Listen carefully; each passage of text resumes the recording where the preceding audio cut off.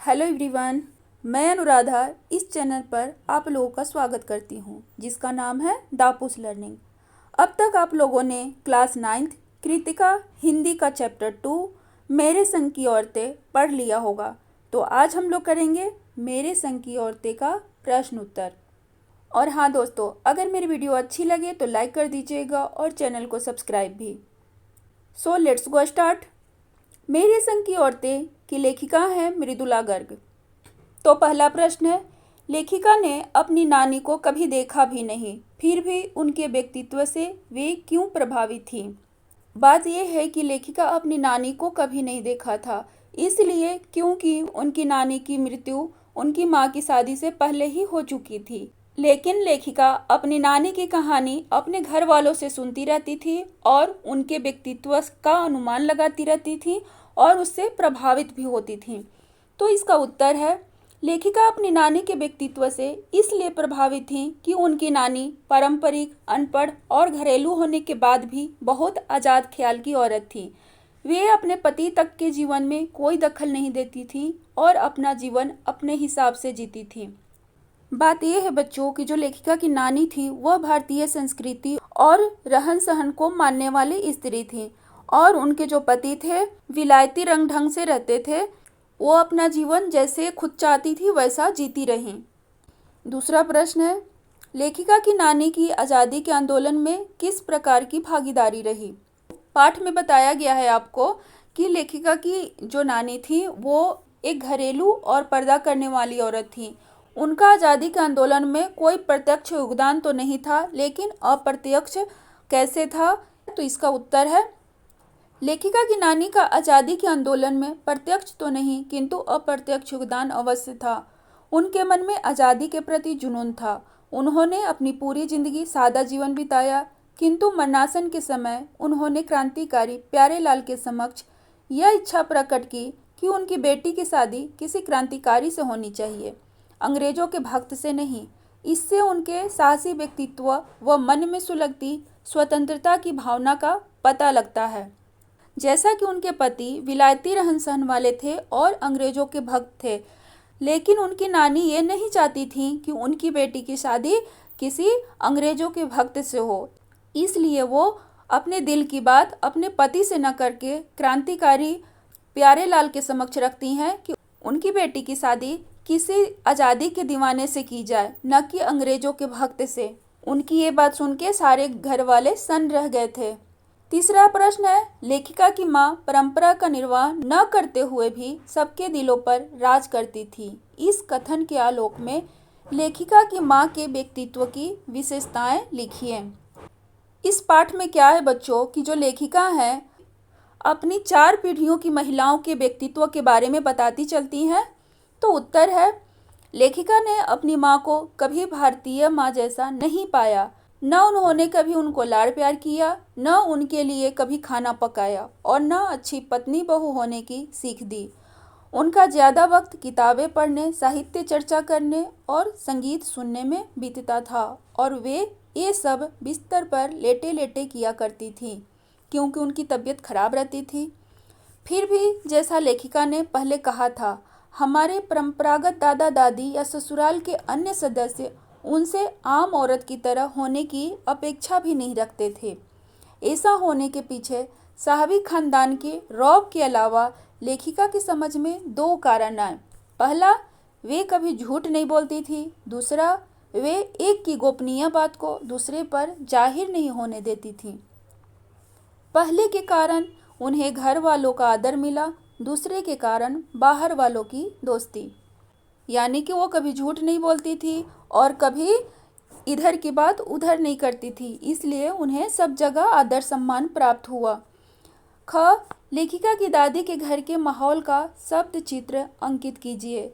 बच्चों, शब्द चित्र मतलब होता है शब्दों के द्वारा एक चित्र बनाना।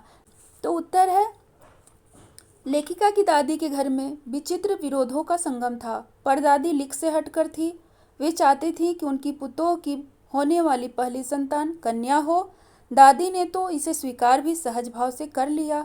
लेखिका की माँ तो घर का कोई भी काम नहीं करती थी, फिर भी सबका आदर सम्मान पाती थी। उनके पति भी क्रांतिकारी थे। घर की नारियां अपने अपने तरीके से जीने के लिए स्वतंत्र थी। उन लोगों पर कोई रोक टोक नहीं था कि तुम ऐसे करो वैसे करो, अच्छा बनो खराब बनो, मतलब किसी तरह की कोई बंदिश नहीं थी। वो अपने तरीके से अपना लाइफ अच्छे से इंजॉय कर सकती थी।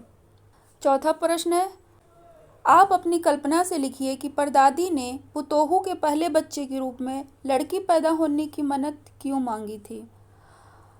तो इसका उत्तर है, परदादी ने पुतोहू के पहले बच्चे के रूप में लड़की पैदा होने की मन्नत इसलिए मांगी थी ताकि वे जो परंपरा से अलग चलने की बात करती थी उसे अपने कार्य व्यवहार द्वारा सबको दर्शा सकें। इसके अलावा उनके मन में लड़का लड़की में अंतर समझने जैसी कोई बात न रही होगी। मतलब वो दर्शाना चाहती थी कि उनकी कथनी और करनी में कोई अंतर नहीं है, जो कहती हैं उसे करती भी हैं। नेक्स्ट, डराने धमकाने, उपदेश देने या दबाव डालने की जगह सहजता से किसी को भी सही राह पर लाया जा सकता है। पाठ के आधार पर तर्क सहित उत्तर दीजिए। उत्तर है इसका, एक बार किसी शादी के सिलसिले में सभी मर्द दूसरे गांव गए हुए थे। वह औरतें सज धज कर रत जगह मना रही थी। एक चोर लेखिका की परदादी के कमरे में घुस गया। तब माँ जी ने चोर से पानी मंगवाया और आधा लोटा पानी खुद पीकर बाकी चोर को पिला दिया और कहा कि आज से हम दोनों माँ बेटे हुए। अब बेटा चाहे तू खेती कर चाहे चोरी। इस प्रकार माँ जी ने सहजता से एक चोर को ईमानदारी के रास्ते पर ला दिया। बच्चों, लेखिका बताती हैं कि उनकी परदादी के कमरे में एक चोर घुस गया था, लेकिन उन्होंने सहजता का एक ऐसा अनोखा उदाहरण पेश किया जो जनरली हमें देखने सुनने को नहीं मिलता। अगर हमारे घर में चोर घुस जाए तो हम लोग उसे बिना पीटे या पुलिस को फ़ोन किए तो नहीं रहेंगे, है कि नहीं। लेकिन लेखिका की दादी थी, उन्होंने न तो चोर को पकड़ा न पिटवाया, बल्कि उससे सेवा ली और उसे अपना पुत्र बना लिया।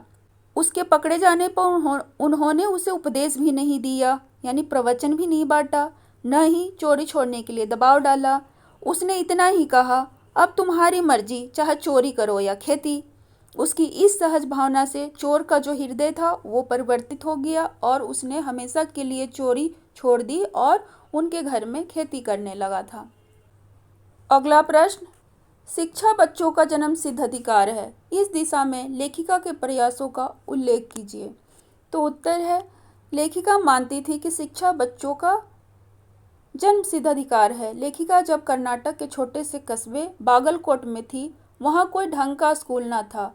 उसने कैथोलिक बिशप से स्कूल खोलने की प्रार्थना की, पर वे इसलिए स्कूल नहीं खोलना चाहते थे क्योंकि वहाँ क्रिश्चियन बच्चों की संख्या कम थी। लेखिका सभी की शिक्षा की पक्षपाती थी। उसने अपने प्रयासों से एक ऐसा स्कूल खोलकर दिखा दिया जिसमें बच्चों को अंग्रेजी, हिंदी और कन्नड़ तीनों भाषाएं पढ़ाई जाती थीं, जिसे कर्नाटक सरकार से मान्यता भी दिला दी। अगला, पाठ के आधार पर लिखिए कि जीवन में कैसे इंसानों को श्रद्धा भाव से देखा जाता है। उत्तर है, इस पाठ के आधार पर स्पष्ट है कि ऊंची भावना वाले दृढ़ संकल्पी लोगों को अधिक श्रद्धा से देखा जाता है। जो लोग सद्भावना से व्यवहार करते हैं और ज़रूरत पड़ने पर गलत रूढ़ियों को तोड़ डालने की हिम्मत रखते हैं, उनका आदर सम्मान होता है। 8वां और अंतिम प्रश्न है, सच, अकेलेपन का मजा ही कुछ और है। इस कथन के आधार पर लेखिका की बहन एवं लेखिका के व्यक्तित्व के बारे में अपने विचार व्यक्त करें। तो उत्तर है, इस कथन से ज्ञात होता है कि लेखिका व उसकी बहन दोनों ही दृढ़ निश्चय के कारण अकेलेपन का सदुपयोग ही नहीं बल्कि उसका आनंद भी उठाती हैं। लेखिका की बहन रेणु अपनी इच्छा की स्वामिनी थी।